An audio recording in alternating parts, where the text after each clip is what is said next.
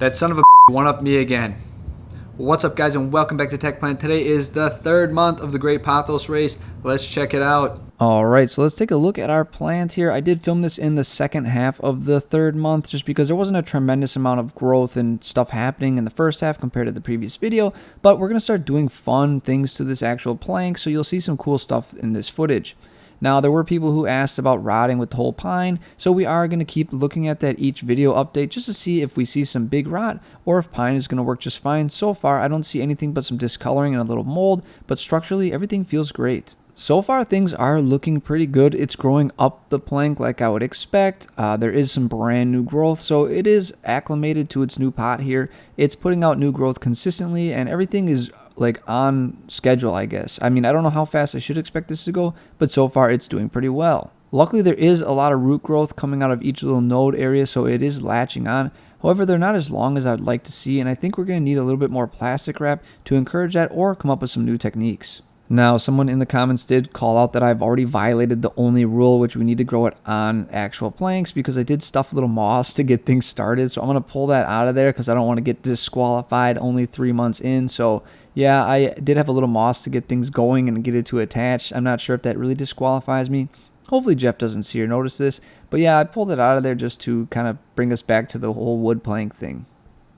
I did think the comment was really funny, and I'm glad someone pointed it out.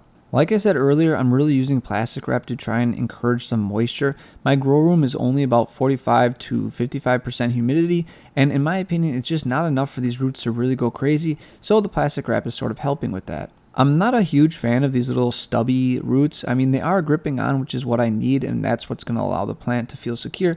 However, I want bigger roots so I can sort of like air fertilize them and then get this thing growing really quick, because the root base is not very big, and I'm hoping I can get a little help from these aerial roots. My plant is suffering from a slight bit of pests. There is spider mites and mealybugs, but nothing too bad. I just basically been wiping with my thumbs, and so far things have been doing pretty well. So it looks like me and Jeff have both been struggling with our pests and everything, but I think we're both managing well. You may have noticed earlier in the footage I did have some saran wrap or plastic wrap, but it was only around each new node and not all of them.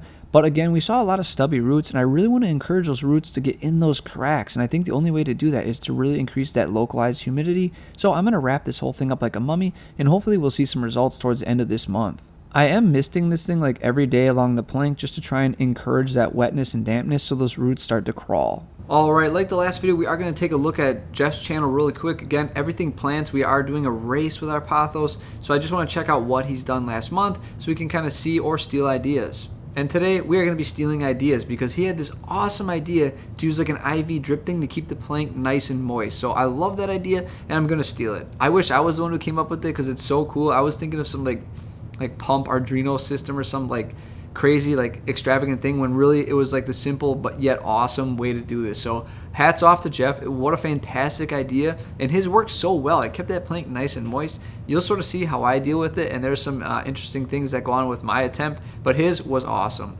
In month 2, I ended up paying his dog to lick the water out of his like propagation jar to sabotage. This time it was chemtrails. I used those. I hired a plane. They flew over his house, and that's why his leaf died. So chemtrails are real. But anyways, let's get back to my attempt at copying his great idea. Alright, this footage is from pretty much the very end of the month here. I'm sneaking it in. It might even be like one day beyond. Don't sue me. I'm just trying to give you a decent video here, because otherwise this would be a pretty short video. So let's take a look and see if that plastic wrap really helped the way I'm hoping it would, and let's just check it out. As I'm unwrapping this, I think you can see that the leaf like structure has really gotten big. It started off really small and abysmal, but that most recent one from about half a month ago is really big now, and I'm glad to see that because we're starting to see things size up the way they're supposed to be.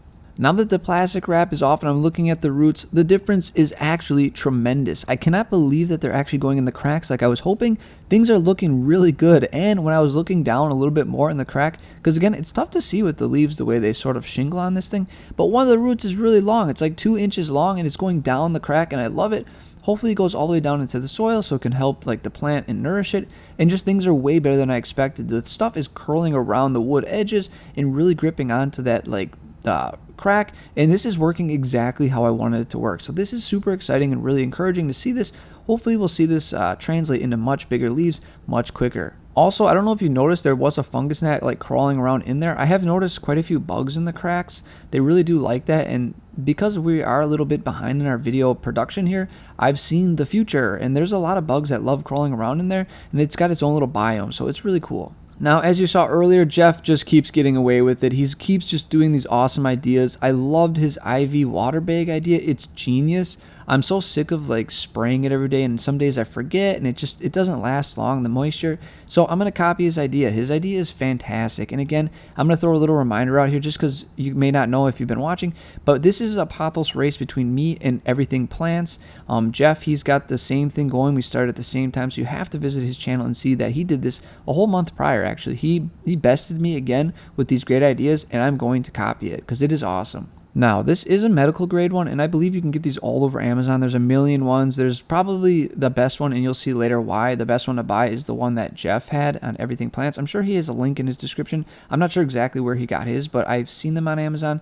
But his seem to work better, and you'll see why later. But yeah, it's really fun to play with this like medical grade IV drip, because I also have a syringe that's compatible that I use for my carnivorous plants, and it's really fun to just like inject stuff in there, and it just, I don't know, it adds like an entire fun element to this Pothos race, and that's why I love this whole series, because we're just doing a lot of goofy stuff, and it's just really cool. Now, I did want the water to drip down both sides of the crack, because if you've been watching, the plant is sort of shingling on one of like the middle of the two cracks. I don't know what you would call that, I guess the ridge. And so I built this like dual system, but I realized it was a total failure because of the way the drip stuff works. It's not going to come out both sides. In fact, one side just becomes like an air inlet, and then it only drips down the other side. So I've got some ideas on how to mitigate that and fix that, and that'll be like in the future episodes. I'll use my 3D printer because I know exactly what the issue is. But either way, I'm having a blast here, and this is another thanks to Jeff for coming up with this brilliant idea, because it just adds so much fun to this. Now, my only issue is because I didn't get it with an IV bag, I had to sort of build an IV bag, and it's really just a Ziploc bag, and I punched a hole in it,